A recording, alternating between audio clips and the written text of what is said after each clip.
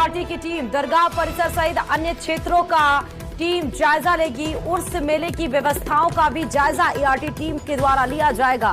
दरगाह थाना अधिकारी और हथियारबंद जवान मौजूद हैं। सीधे तस्वीरें आपको दिखा रहा है अजमेर के ख्वाजा गरीब नवाज दरगाह की, जहां पर ईआरटी की टीम पहुंच चुकी है। ये मंदिरों का देश है, ये सनातन का देश है। ये असंभव है कि यहाँ आप जहाँ भी खुदाई करेंगे यहाँ पर पुरानी चीजें, प्राचीन चीजें ही मिलेंगी आपको। जरूरी है कि मस्जिद मंदिर तोड़ के ही बने?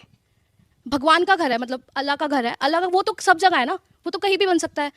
तो जी हाँ दोस्तों, हिंदू सेना का जो अध्यक्ष है विष्णु गुप्ता, जिसने ये दावा किया है कि अजमेर दरगाह के नीचे शिवजी का मंदिर है, और इसने कोर्ट के अंदर ये याचिका भी दायर की है कि यहाँ पे हमें सर्वे करने की इजाज़त दी जाए, क्योंकि मंदिर को तोड़कर ये दरगाह बनाई गई थी। अब हम जो है इस दरगाह को तोड़कर यहाँ पर मंदिर बनाएंगे। तो दोस्तों, क्या सच में इस दरगाह का सर्वे किया जाएगा? इस दरगाह को तोड़कर यहाँ पर मंदिर बनाया जाएगा? क्या इस दरगाह की खुदाई होंगी? तो दोस्तों, आज की वीडियो बहुत ज़्यादा ख़ास होने वाली है, क्योंकि हमने आप लोगों के लिए एक वीडियो लाए हैं जिसे देखने के बाद अजमेर दरगाह के केस के हवाले से सारी अपडेट, सारी जानकारी आप लोगों को इसी वीडियो के अंदर मिलने वाली है। इसलिए दोस्तों, आप सभी से मैं रिक्वेस्ट करना चाहूँगा, अपना कीमती टाइम निकालकर इस वीडियो को प्लीज़ पूरा देखें, लास्ट तक देखिए, और जितना हो सके इस वीडियो को ज़्यादा से ज़्यादा शेयर ज़रूर कीजिए। तो आइए दोस्तों, सबसे पहले हम और आप अजमेर दरगाह को लेकर जो वीडियो आया है, जिसे देखने के बाद आप सबको अजमेर दरगाह के केस के हवाले से सब कुछ इन्फॉर्मेशन सुनने और देखने को मिलेंगी। तो आइए सबसे पहले हम और आप ये वीडियो क्लिप देखते हैं, फिर आगे हम बात करते हैं। पहले भागवत साहब ने जब ये कहा कि भाई हर एक मस्जिद में शिवालय क्यों देखना, अभी हाल में फिलहाल में उन्होंने ये बात कही, जिसको लेकर के बड़े हिंदू संतों ने ऐतराज जताया, और ये भी कहा गया कि वो जो काम कर रहे हैं वो करें और ये काम हमारा और हम इसको देखेंगे। प्रधानमंत्री ने चादर अभी भेजी, उसको लेकर के भी बड़े सारे ऐतराजात हुए। तो ये जो नेगेटिव फोर्स है ये कहां से काम कर रही है और इसका मुकाबला कैसे किया जाए? देखिए, अभी एक बात जिसका जिक्र यहाँ हुआ, आपने एक सवाल किया और बड़ा अहम सवाल है, जो कहीं ना कहीं उसका जवाब अधूरा है, उसको दे के भी आपके सवाल का जवाब प्लीज। दरगाहें किस तरह से, ये जो नफरत पैदा हो रही है, ये जो दूरियां पैदा हो रही हैं, इसमें दरगाहों का रोल क्या है? लंगर का जिक्र आया, लंगर सब बच्चे समझते हैं, मैं समझता हूँ। दरगाहों की सबसे बड़ी खूबी ये रही कि जो लंगर होता था, वो लंगर में क्या बनता था? किसी भी दरगाह में नॉन वेज नहीं बनता था।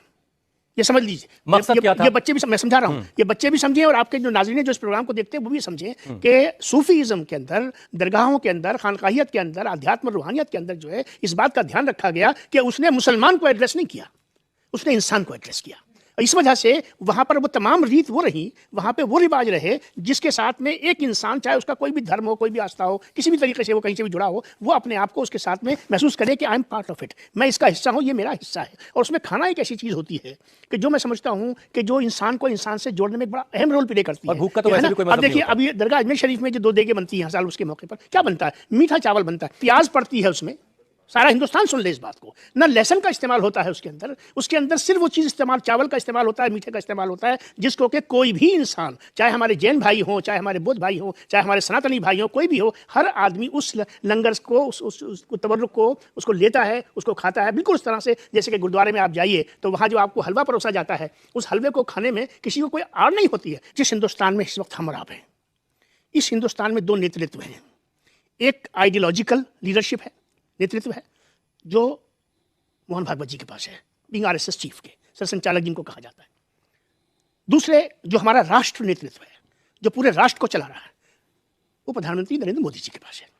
प्रधानमंत्री नरेंद्र मोदी जी भी एक समय में आरएसएस के साथ रहे, आरएसएस के प्रचारक रहे, और मैं यहाँ रिकॉर्ड कहता हूँ कि हिंदुस्तान के का कोई भी ऐसा एक ज़िला नहीं है जहाँ पर के प्रधानमंत्री जी स्वयं प्रचारक के ज़माने में न गए हों, न रहे हों, न ठहरे हों। इसलिए वो हिंदुस्तान की मिट्टी को, उस मिट्टी की खुशबू को, यहाँ की जो भिन्नता है और जो विभिन्नता है और यहाँ की जो एकता में अनेकता है, उसको जितना अच्छा वो समझते हैं, शायद आज के हिंदुस्तान में मुझे इतना कोई इसकी स्टेटस का पूरी पॉलिटिक्स के अंदर, पब्लिक लाइफ में आदमी दिखता नहीं है। ठीक है, एक बात। दूसरी बात यह है कि सरसंचालक जी ने पिछले दिनों में कई स्टेटमेंट्स दिए, पहले भी वो स्टेटमेंट्स देते रहे बराबर। उन्होंने क्या कहा? उन्होंने एक सवाल खड़ा किया है, और उस सवाल का जवाब ये चादर है। सवाल क्या खड़ा किया उन्होंने? सवाल ये खड़ा किया, और ये बच्चे जो मेरे सामने बैठे हैं और जो पूरा हिंदुस्तान सुन रहा है, वो इस बात का, इसको महसूस करेगा कि इस राष्ट्र को, मैं हूँ, ये हो, आप हो या कोई भी हो, जो हिंदुस्तानी है, वो कहाँ देखना चाहता है भारत को? वो शिखर पे देखना चाहता है कि नहीं चाहता है। अगर हम शिखर पे देखना चाहते हैं तो शिखर पे देखने जाने के लिए क्या हम लड़के शिखर पे पहुंचेंगे? क्या हम एक दूसरे पे सवाल उठा के पहुंचेंगे? क्या हम एक दूसरे के गिरबानों में हाथ डाल के पहुंचेंगे? नहीं पहुंच सकते। इसलिए उनका जवाब है सरसंचालक जी के स्टेटमेंट्स कि हर जगह पर शिवलिंग तलाश मत करो, हर जगह पे मस्जिद तलाश मत करो, हर जगह पे मंदिर तलाश मत करो, हर जगह पे हिंदुस्तान तलाश करो, हर जगह पे भारत तलाश करो, हर जगह पर भारतीयता तलाश करो, हर जगह पर भाईचारे की तलाश करो। किसकी जरूरत है? जब हम ये तलाश करेंगे तो हम वो भारत बनेंगे जिस भारत पे दुनिया रश करती है। विश्व गुरु हम ये मंदिर खुद तलाश करके और कुएं खोद के नहीं बनेंगे भाई, हम बनेंगे एक चीज जो बहुत आखिरी बात मैं कह दूं रिजवी साहब कि प्रधानमंत्री नरेंद्र मोदी, आपके प्रोग्राम का नाम है मोदी और मुसलमान। दो बातें बहुत बड़ी कहने जा रहा हूं, हिम्मत कर रहा हूं उसकी। एक तो हिंदुस्तान का मुसलमान मोदी जी को समझ नहीं सका। अगर मोदी जी को वो समझ लेता तो मोदी जी हिंदुस्तान के मुसलमान के कंधों पे होते। जितना डिसाइसिवनेस, फैसला करने की सलाहियत, क्षमता, एबिलिटी, पोटेंशियल, कैपेबिलिटी, कैपेसिटी जितनी उनके अंदर है, आप पूरे हिंदुस्तान को किस तरह चला रहे देख लीजिए। आप आरएसएस के बहुत करीबी रहे हो, आरएसएस की टॉप लीडरशिप के बड़े करीब हैं। कभी आपकी मुलाकात होती हो या कभी आप कुछ रेमेडी पर बात करने जाते हो तो एक इल्जाम बार बार ये लग रहा है कि जो फुट फोर्स है आरएसएस की वो वही कर रही है जो वो चाहते हैं, वो कह जो रहे हैं वो दरअसल हो नहीं रहा है, या फिर ये है कि तीर कमान से निकल चुका है। क्या सिचुएशन क्या है फिर ग्राउंड पर? ये तीनों जो है ये तीनों की तीनों जो आपने स्टेटमेंट्स अभी दिए हैं कि जो कह रहे हैं वो हो नहीं रहा। मैं ये पूछना चाहता हूँ, हिंदुस्तान कितना बड़ा देश है? 8 लाख से ज्यादा गांव हैं, हजारों शहर हैं, कस्बात हैं, 8-10 लोग हैं। ये जगहों पे कितनी जगहों पे ये बात हुई है? 8-10 जगहों पे बात हुई है। हिंदुस्तान ने तो इसको अडॉप्ट नहीं किया। आज सारे हिंदुस्तान में तो ये तमाशा नहीं बच रहा, चंद जगहों पर है। बदकिस्मती ये है कि क्योंकि अब सोशल मीडिया का दौर आ चुका और अब हम एक मीडिया एज में और कम्युनिकेशन के फील्ड में जिस कदर आगे बढ़ चुके हैं कि छींक भी आती है तो मालूम होता है सारा हिंदुस्तान छींक रहा है। तो चंद जगहों पर कुछ बातें हुई हैं और आपने देखा कि एक आर्टिकल लिखा ऑर्गेनाइजर ने कोई ऐसी बात नहीं लिखी कि जिसको के लेकर के लोगों के अंदर भ्रम पैदा किया जाता, लेकिन क्योंकि भ्रम पैदा हो गया तो उसी संगठन के हिंदी वर्जन में जो पंजन्या के नाम से निकलता है एक दूसरा आर्टिकल आया और उस आर्टिकल ने सरसंचालक जी की बात को साफ कर दिया। इसलिए ये भ्रमित ना हो लोग जो हैं कि उनकी बात को सुना नहीं जा रहा, उनकी बात को सुना जाता है। और मैं आखिर में एक बात आपसे कहता चलूं कि बच्चे बैठे हुए हैं, बाप की बात बच्चों की समझ में थोड़ा देर से आती है, लेकिन आ जाती है। गौस साहब जरा आप समझाइए कि जैसे कि इफ्तिखार साहब ने कहा, डॉक्टर साहब ने कहा कि माजरत के साथ, हालांकि उन्होंने कहा कि हिंदुस्तान का मुसलमान मोदी जी को समझ नहीं पाया। आप बतौर हिंदुस्तानी मुसलमान कितना समझे प्रधानमंत्री को? और जो एक दूरी बताई जाती है कि जो पिछले कुछ वक्त में बड़ी नफरतें बढ़ रही हैं, मुसलमान जो है वो अलग अलग तरह की मुश्किलों में गिरफ्तार है, आपने कैसे देखा? देखिए, इस सवाल पे आने से पहले एक और पहलू पे मैं थोड़ा सा कहना चाहूँगा।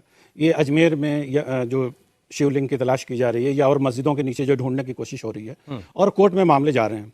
हम हिंदुस्तान में रहते हैं जो एक डेमोक्रेटिक मुल्क है, जमहूरियत है और यहाँ पे हर किसी को आज़ादी है और ये हमारे देश की खूबसूरती है कि हर किसी को आज़ादी मिली हुई है। आप कोर्ट में भी जा सकते हैं, कोर्ट में जाने की आपको आज़ादी होती है। इस तरह से अगर कोई जाता है कोर्ट में तो ये हमारी डेमोक्रेसी की खूबसूरती को जाहिर करता है कि उन्हें लगा कि ये कोर्ट में जाना चाहिए, मामला वो लेकर के चले गए। तो एक पहलू तो ये है कि लोग लेकर के जा रहे हैं कोर्ट में मामले और इससे हमारे डेमोक्रेसी की ताकत का इजहार होता है। दूसरी बात यह है कि इस मुल्क में मुसलमान भी रहते हैं। तो आपने जैसा कहा मोदी जी को समझने की बात है, तो मोदी जी हिंदुस्तान के प्रधान सेवक हैं, प्रधानमंत्री हैं।